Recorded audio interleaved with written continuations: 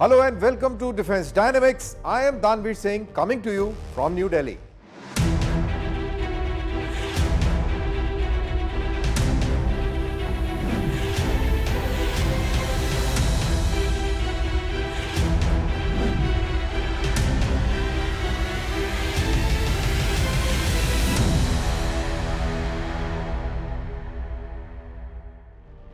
Today on Defense Dynamics, we will tell you how the Indian Air Force is preparing to transform its Sukhoi fleet for future battlefields. It is doing so by splitting the mighty Su-30 MKI force into high-technology air dominance fighters and long-range missile carriers armed with BrahMos and next-generation indigenous weapons. And at sea, India moves ahead with Project 75I, which is a massive underwater warfare program that could deliver the largest conventional submarines ever inducted into the Indian Navy. And in the Russia-Ukraine war, Moscow has unleashed one of its most intense missile barrages yet, reportedly using Orshanik hypersonic missiles alongside Kinzhal, Iskander and Zircon strike systems, thus highlighting how modern warfare is rapidly evolving into an era dominated by missiles, drones and precision strikes. Plus, in my take, I put across a thinker. Is the world quietly entering a new Cold War? As the rival power blocks emerges across Europe, Asia and West Asia, we examine why global geopolitics is beginning to look increasingly divided once again. But first, the global defense headlines. Chennai-based defense and aerospace firm Hill Defence and Aerospace has secured significant contracts from the Indian Army for its domestically developed unmanned aerial vehicles. The orders include the Atlas Mortar Drop Quadcopter UAV and the Talon First-Person View Kamikaze UAVs. India's Naib Limited has rolled out the first 300-kilometer range pulse rocket launcher Suryastra in Maharashtra, marking a major boost to the country's long-range artillery and missile manufacturing program. The first Embraer KC C390 Millennium for the Czech Republic completes its maiden flight, advancing Prague's military airlift modernization under its 2024 defense deal with Brazil's Embraer. Taiwan clears its new D3 8x8 105mm direct fire support vehicle for mass production from 2027 after successful Army evaluations and major design refitments aimed at improving battlefield mobility and survivability. Germany to deploy Patriot air defense systems and 150 troops to Turkey under NATO operations from June to September 2026, replacing a US unit amid continued regional security concerns.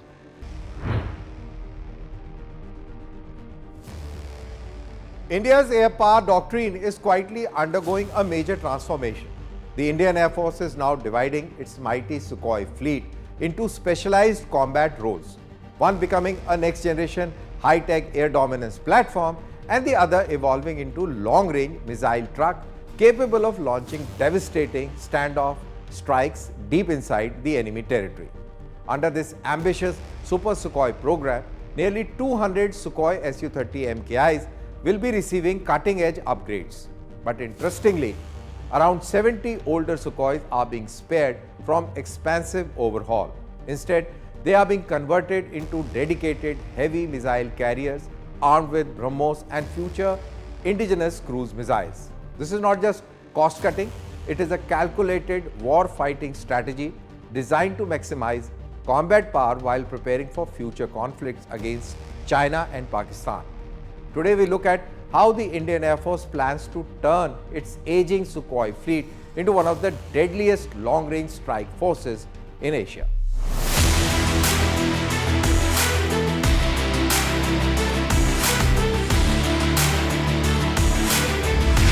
India modernizes air power. The Sukhoi Su-30 MKI has remained the backbone of Indian Air Force for more than 2 decades. From air dominance patrols over Ladakh to maritime strike missions over the Indian Ocean. The heavy twin-engine fighter has carried the burden of India's frontline air power. But now, the Indian Air Force is preparing this aircraft for a completely new phase of warfare. Under the massive Super Sukhoi modernization plan, nearly 200 newer Su-30 MKIs will receive advanced indigenous upgrades that includes Virupaksha AESA radar, modern electronic warfare systems, AI-assisted cockpits and next-generation mission computers. These upgrades are expected to keep the Su-30 MKI combat relevant well into the 2050s. Old Sukhoi's new mission. But the most interesting part of the strategy lies elsewhere. The Indian Air Force has decided that around 70 of its old Sukhois will undergo the expensive full upgrade program. Instead, these aircrafts are being transformed into dedicated long-range missile carriers, essentially flying arsenals designed to launch standoff weapons from safe distances. The logic is simple. Most of these older jets have already logged thousands of operational flight hours. Installing expensive new radars and avionics on aging airframes would deliver limited returns. So instead of retiring them, the Indian Air Force is extracting maximum combat value from them. Hindustan Aeronautics Limited has already modified several of these aircraft to carry the 2.5-ton BrahMos A supersonic cruise missile. Long-range strike power. With a strike range exceeding 400 kilometers and an effective engagement reach extending far beyond that, these aircrafts can threaten enemy air bases, warships and strategic infrastructure without entering into hostile air defense zones. And this firepower is only expected to grow. By 2028, these Sukhois are expected to carry the lighter and stealthier BrahMos NG missile. Trials are also expected for DRDO's indigenous technology cruise missile alongside futuristic CATS Hunter air-launched cruise missile with a reported strike range of nearly 1,000 kilometers. Together, this transforms the Su-30 MKI from a conventional fighter into a strategic standoff strike platform. In future conflicts, these aircraft could operate alongside drones and unmanned loyal wingmen, launching waves of long-range precision weapons while remaining far from enemy radar coverage. The Indian Air Force's Sukhoi strategy reflects a larger shift in modern warfare. Future air battles may no longer depend only on dogfights or close-range engagements. Instead, victory could increasingly depend on which side can launch more long-range precision weapons while staying outside enemy radar and missile envelopes. By splitting its Sukhoi fleet into high-tech air superiority fighters and dedicated missile carriers, the Indian Air Force is attempting to create exactly that balance. Maximum combat effect at sustainable cost. With BrahMos, Astra, CATS Hunter and future indigenous weapons entering services, these aging Sukhois may soon become some of the most heavy armed strike platform in the region. HAL focuses on future projects. The older radar systems on these jets are still capable of guiding such missiles during the initial launch phase before missiles on-board seeker takes over, which means expensive electronic overhauls are simply unnecessary for this role. Instead, the Indian Air Force will focus on structural life extension, software updates, and engine overhauls to keep these aircrafts operational till at least 2040. This dual fleet strategy also eases pressure on Hindustan Aeronautics Limited. By avoiding costly upgrades on older airframes, HAL can redirect resources towards critical future projects like the Tejas Mark II and India's 5th generation AMCA program. India adopts a new doctrine. Military analysts say the model mirrors global trend.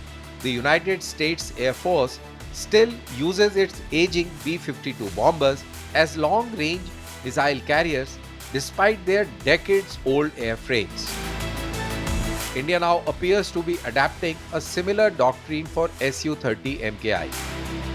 The result is smarter and more economical force structure, one that combines high-end upgraded fighters with heavily armed missile haulers capable of saturating enemy defenses from long distances. And in an era increasingly dominated by standoff warfare, drones and long-range precision strikes that could become one of the Indian Air Force's most important battlefield advantages. After decades of serving as India's frontline air dominance fighter, the Sukhoi is now evolving into something even more dangerous. A long-range precision strike platform built for the era of standoff warfare. And as India prepares for next-generation conflicts, the message from Indian Air Force is becoming increasingly clear. Every airframe, every missile, every platform will be pushed to deliver maximum combat power.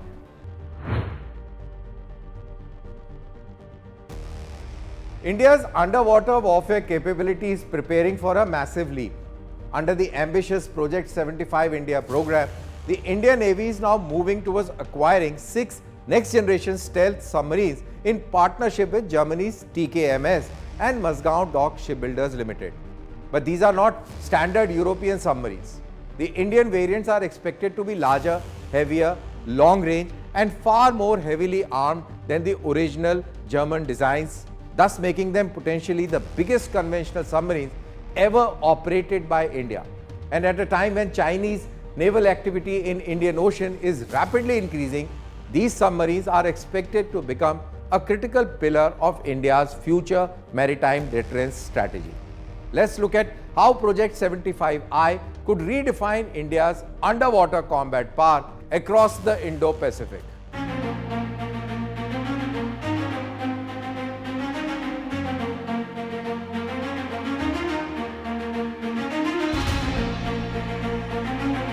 India expands submarine fleet. The silent underwater contest in the Indian Ocean is intensifying as China steadily expands its naval footprint from the South China Sea to the Arabian Sea. India is accelerating efforts to strengthen one of the most critical elements of modern naval warfare, that is submarine dominance. At the center of this transformation lies Project 75 India. In partnership with Germany's ThyssenKrupp Marine Systems, better known as TKMS, the India's Musgao Dock Shipbuilders Limited, the Indian Navy is preparing to induct 6 advanced conventional attack submarines in a program estimated to cost nearly 70,000 crore rupees. But these submarines are not simply off-the-shelf imports. Defense sources indicate the Indian Navy has demanded a significantly enlarged and customized platform based on Germany's U-212CD submarine architecture. The result is what defense circles are informally calling the U-214 next generation, and these boats are expected to become the largest conventional submarines in Indian naval history. The upcoming submarines are projected to displace nearly 3,500 tons underwater, substantially larger than the Navy's existing French-origin Kalavari-class submarines and even heavier than the Russian Kilo-class boats currently in service. AIP technology boost. The reason behind this dramatic increase in size is strategic. India no longer requires submarines only for coastal defense. Indian Navy now needs platforms capable of long-duration deployments across the wider Indo-Pacific from the Arabian Sea to the Malacca Strait. Larger submarines mean greater endurance, more fuel, larger battery sections, and the ability to remain underwater for extended periods without surfacing. And that is where one of the program's most critical technologies come in: air independent propulsion, or the AIP. The advanced AIP system will allow these submarines to stay submerged for a longer durations while significantly reducing acoustic signatures. In underwater warfare, silence equals survival. The expanded hull will also provide space for advanced sensor suits, indigenous combat management systems, larger weapon storage, and potentially vertical launch systems capable of firing land attack cruise missiles. That would dramatically enhance India's sea denial and strategic strike capabilities. For the Indian Navy, this is not merely a fleet expansion program, it is part of a broader shift towards building credible underwater deterrence against rapidly growing Chinese maritime deployments in the Indian Ocean region. For decades, India's submarine arm has struggled with aging platforms and delayed procurement cycles. But Project 75I signals something much larger: transition from dependence to capability building. The upcoming German-origin submarines are expected to combine endurance, stealth, and heavy strike capability with growing indigenous manufacturing content. And in a future where control of sea lanes and underwater dominance could determine regional power balance, these submarines may become one of India's most critical strategic assets. India strengthens underwater deterrence. The Chinese submarines are now regularly operating near India's maritime sphere of influence under the cover of anti-piracy missions and strategic port access agreements. This has forced New Delhi to rethink the scale and endurance requirements of its submarine fleet. But the significance of Project 75I extends beyond military capability. The program is also central to India's defense manufacturing ambitions. Under the proposed transfer of technology framework, all 6 submarines will be constructed domestically by Mazagon Dock in Mumbai. More importantly, indigenous manufacturing content is expected to steadily increase with each submarine built. That means India is not simply buying submarines, it is building the industrial ecosystem, technical expertise, and design capability necessary for future indigenous submarine programs. And that could eventually support India's long-term ambitions of developing more advanced conventional and even next-generation underwater combat platforms entirely within the country. As strategic competition intensifies across the Indo-Pacific, underwater warfare is becoming one of the defining elements of military power. And with Project 75I, India is preparing to ensure that beneath the surface of the Indian Ocean, the balance of power remains firmly contested. From the skies to the depth of the Indian Ocean, India's military modernization is increasingly focused on one goal: building long-range, survivable, indigenous combat capability. And with Project 75I, the Indian Navy is preparing for a future where the most decisive battles may be happening silently but far below the surface level.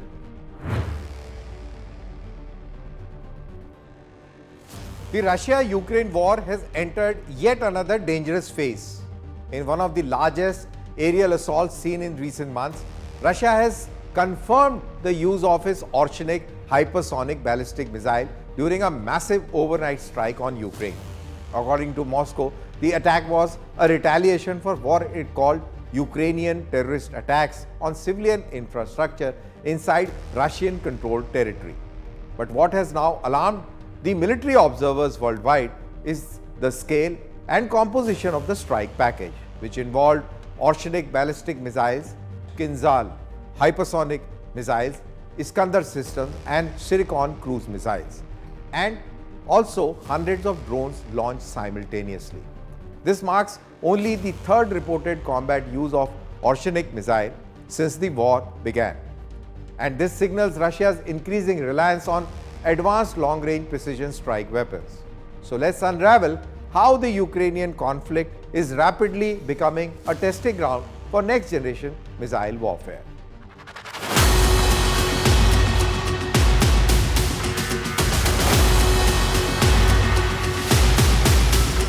Russia launches hypersonics. The skies over Ukraine witnessed one of the heaviest missile barrages of the war.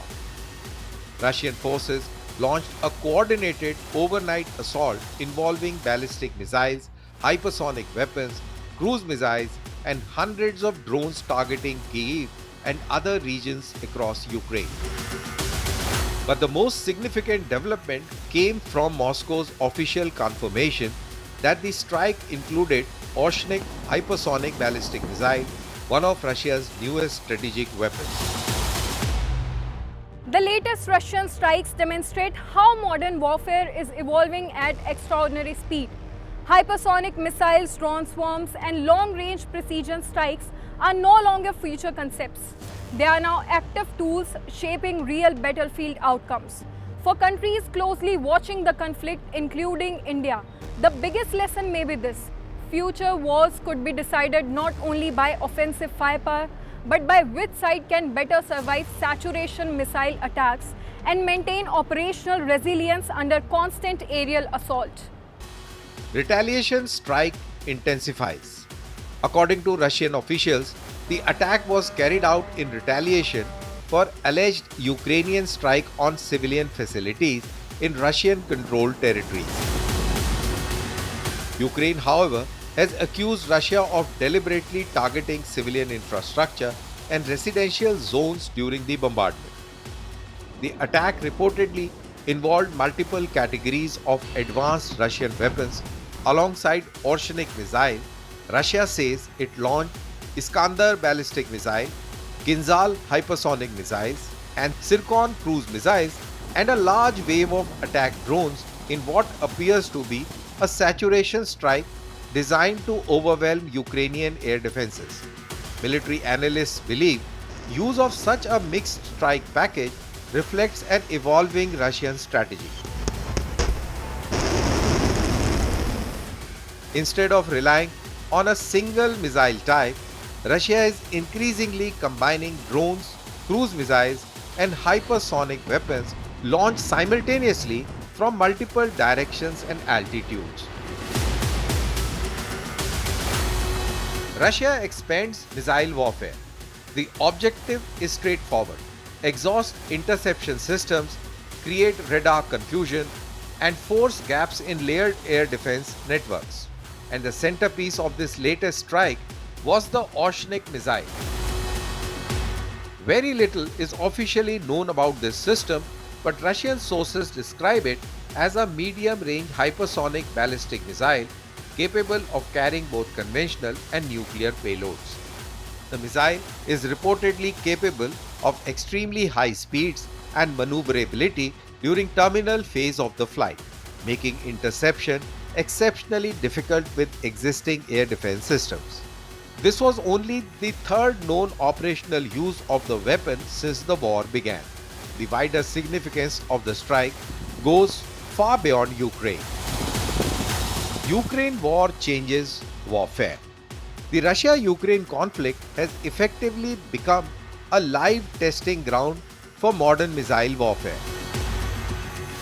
From drone swarms and electronic warfare to hypersonic strike systems and integrated air defense battles. Weapons once considered strategic deterrence tools are now being used in active battlefield conditions. For militaries around the world, including India, the lessons are more profound.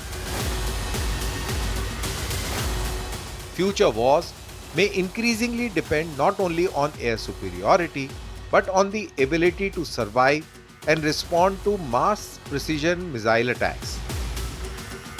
The conflict is also exposing the enormous strain placed on the air defense networks when confronted with large-scale multi-layered attacks involving ballistic missiles, cruise missiles, and drones simultaneously. Even sophisticated defense systems can be saturated if enough targets arrive at once, and that reality is now reshaping military doctrines globally.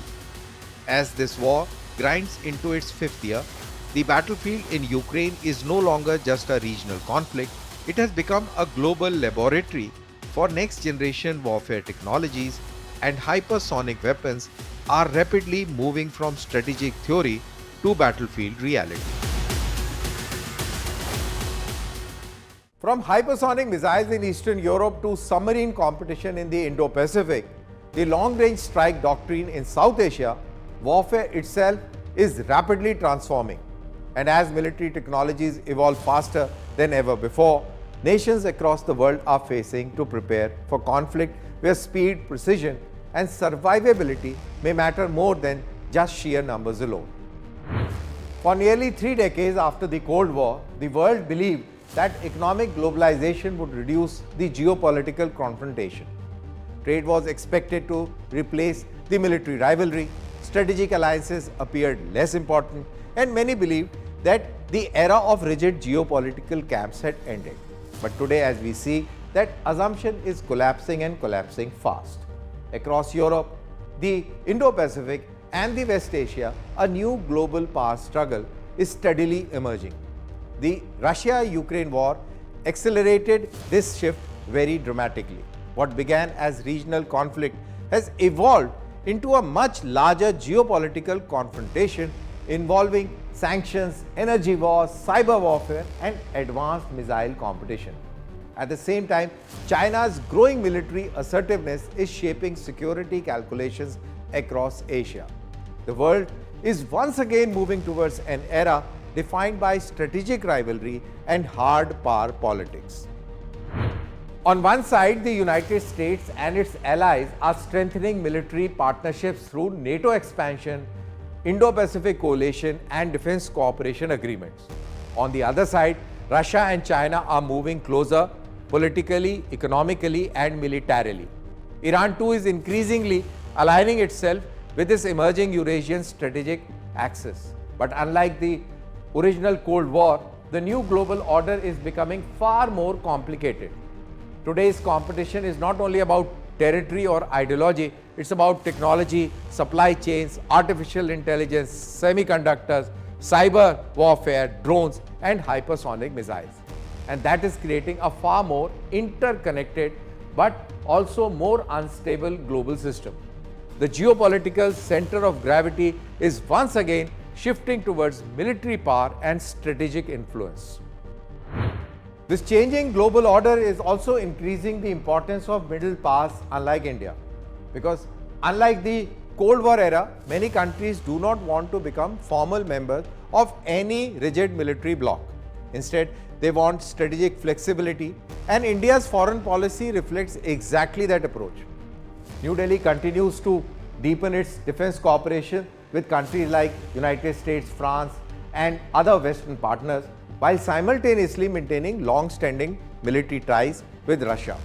This is not contradiction, it is strategic balancing.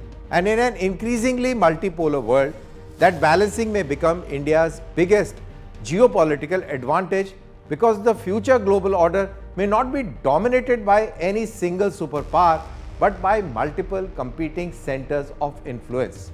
And nations capable of maintaining military strength, economic resilience, and diplomatic flexibility will shape the balance of power in decades ahead.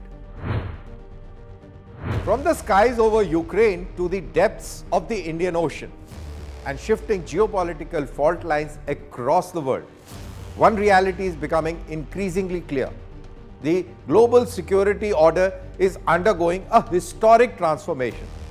Nations are modernizing militaries, expanding missile arsenals, strengthening alliances, and preparing for a far more contested strategic future. And in this rapidly changing world, technological superiority, strategic flexibility, and military preparedness may define the balance of power in the decades ahead. So that's all for this edition of Defense Dynamics. Thanks for watching and goodbye.